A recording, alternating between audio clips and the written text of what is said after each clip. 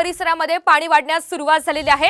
एकता नगर परिसरामध्ये गुडघाभर पाणी साचले। खडकवासल्यामधून विसर्ग वाढवल्यामुळे एकता नगरमध्ये पूरस्थिती निर्माण झालेली आहे आणि एकता नगरमध्ये सध्या नागरिकांचं स्थलांतर हे सुरू करण्यात आलंय।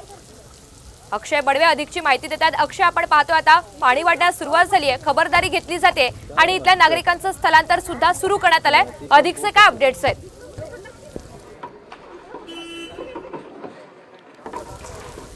ऋतुजा, खरं तर हा एकता नगर तोच परिसर आहे की जो एक आठवड्यापूर्वी याच ठिकाणी पूरस्थिती निर्माण झाली होती आणि त्याचीच पुनरावृत्ती होऊ नये, त्याचीच पुनरावृत्ती टाळण्यासाठी प्रशासनाकडनं खबरदारीचा उपाय म्हणून आज सकाळपासूनच भारतीय लष्कराचे जवान असतील, फायर ब्रिगेड असेल, पीएमसीचे अधिकारी कर्मचारी असतील, पोलीस प्रशासन असेल, अशा सगळ्या यंत्रणा ज्या आहेत त्या सकाळपासूनच तैनात करण्यात आलेल्या आहेत। साधारण 11 वाजता खडकवासला धरणातून 35,000 क्युसेक्स पाण्याचा विसर्ग जो आहे तो मुठा नदीत सोडण्यात आलेला आहे आणि त्याच पार्श्वभूमीवर एकता नगरचा परिसर जो आहे, ज्या ठिकाणी सखल भागात पाणी साचतं त्या ठिकाणी आता पाणी साठायला जवळपास सुरुवात झालेली आहे।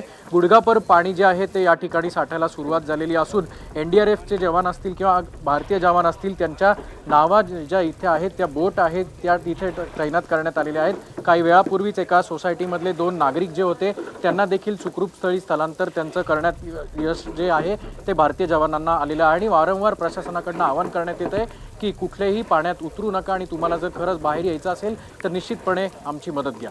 निश्चित, त्यामुळे अगदी सकाळपासूनच प्रशासन या परिस्थितीवर लक्ष ठेवून होतं आणि आता इथलं स्थलांतर हे सुरू करण्यात आलंय।